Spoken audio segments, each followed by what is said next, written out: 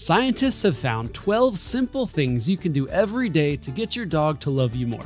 How you say hi and bye, where they sleep, and the voice you use when you talk to them can all help you be your dog's favorite person. But let's start with the cutest thing dogs love.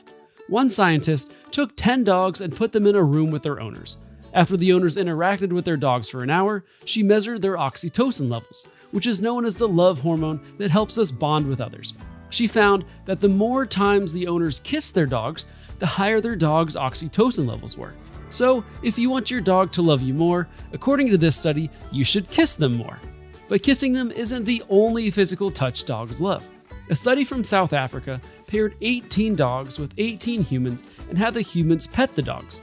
After a few minutes of petting, the dog's levels of oxytocin, dopamine, and some other good hormones I can't pronounce all went up. But this wasn't the only benefit of the study. They also found that the dog's blood pressure decreased. So not only will your dog have more feelings of love to you when you pet them, but it's also good for their health. And to make this study even better, they found that humans experience all of these benefits too. But dogs have more love languages than just physical touch. This next study gives new meaning to the phrase fur baby. A Japanese scientist who's obsessed with his dog like us was wondering why the human-dog bond is so strong. So he got 30 pairs of dogs and their humans into his lab. Each of the pairs spent 30 minutes in a room together with the people petting and talking to their dogs and gazing into their eyes. Here's what they found. In the pairs who spent the most time gazing into each other's eyes, oxytocin increased by 130% in the dogs and 300% in the humans. For the human and dog pairs that spent very little time looking into each other's eyes, the scientists found no oxytocin increase. So what does this have to do with your dog being your fur baby? Well, when human mothers gaze into their baby's eyes, their oxytocin spikes, which helps strengthen their bond. So staring at your dog pretty much has the same hormonal effect on you as a mother staring at her baby. Now, this study was done with dogs and their owners. But is there a special bond between a dog and their owner, or do dogs just really love all people? An Austrian scientist designed an interesting study to test this out. She put dogs in a room with a challenging puzzle toy with pieces of sausage in it. In the room with the dog was either their owner, a stranger, or they were alone. According to previous studies, dogs use their owners as a secure base and explore and manipulate objects more when their owners are around. But will having a random person in there with them have the same effect? According to the study, the answer is no.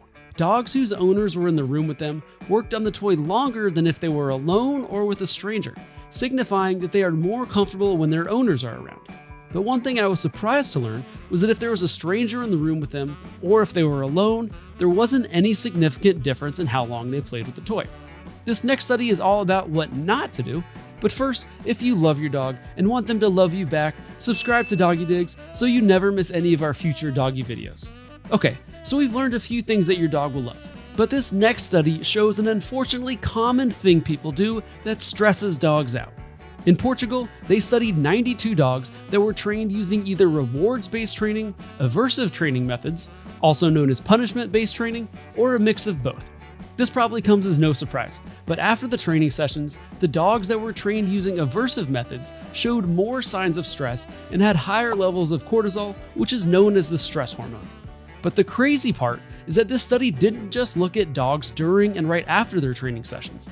They did a cognitive bias test when the dogs weren't in a training session, and they found that the dogs trained with aversive methods are more pessimistic, meaning that they have a more negative outlook on life than the dogs trained with rewards-based methods.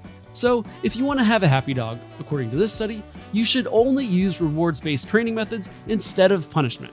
I hope you're not punishing your dog, but here's something that probably everybody is doing.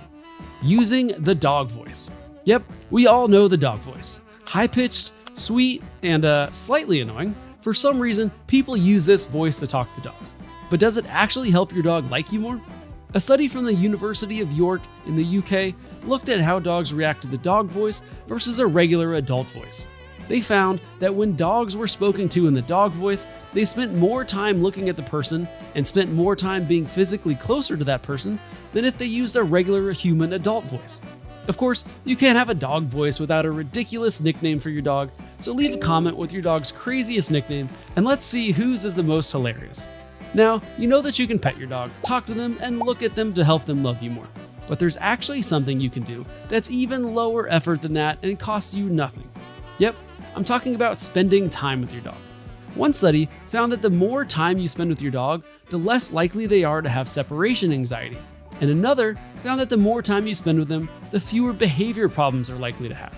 You probably would have guessed that, but here's a big question that's not so obvious. What do dogs like most?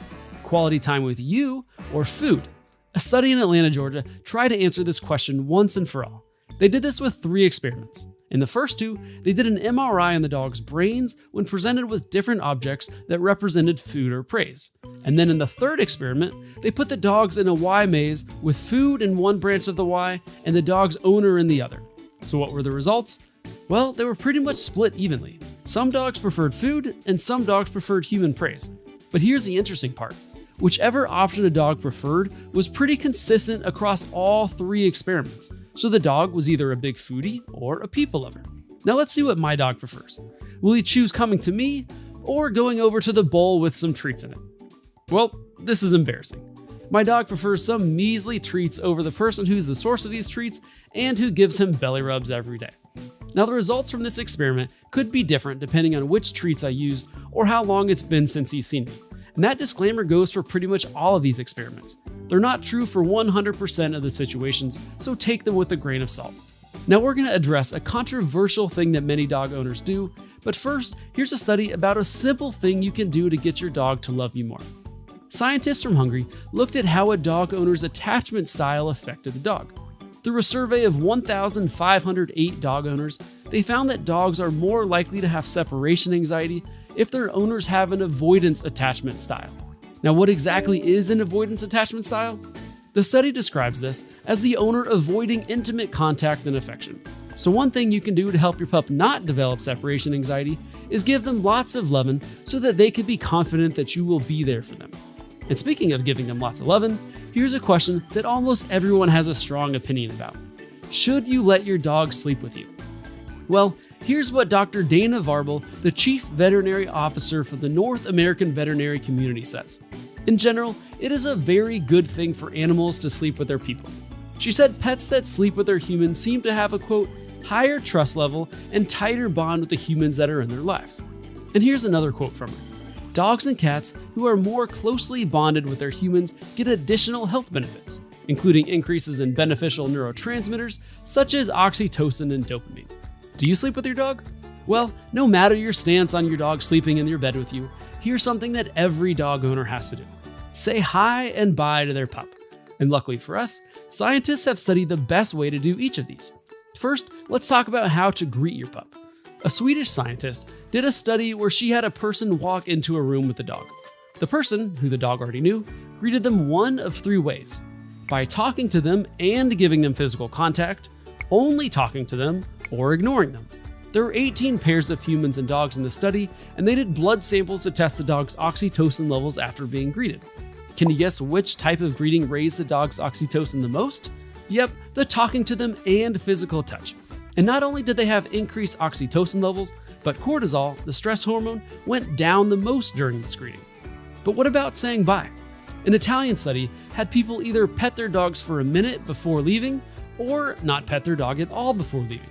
For the dogs that were petted before separation, they showed calming behaviors for a longer period while waiting for their owner's return. And their heart rate showed a notable decrease after the test. And now that you know how to make your dog love you more, watch this video next about 13 things dogs hate that humans do to see what not to do.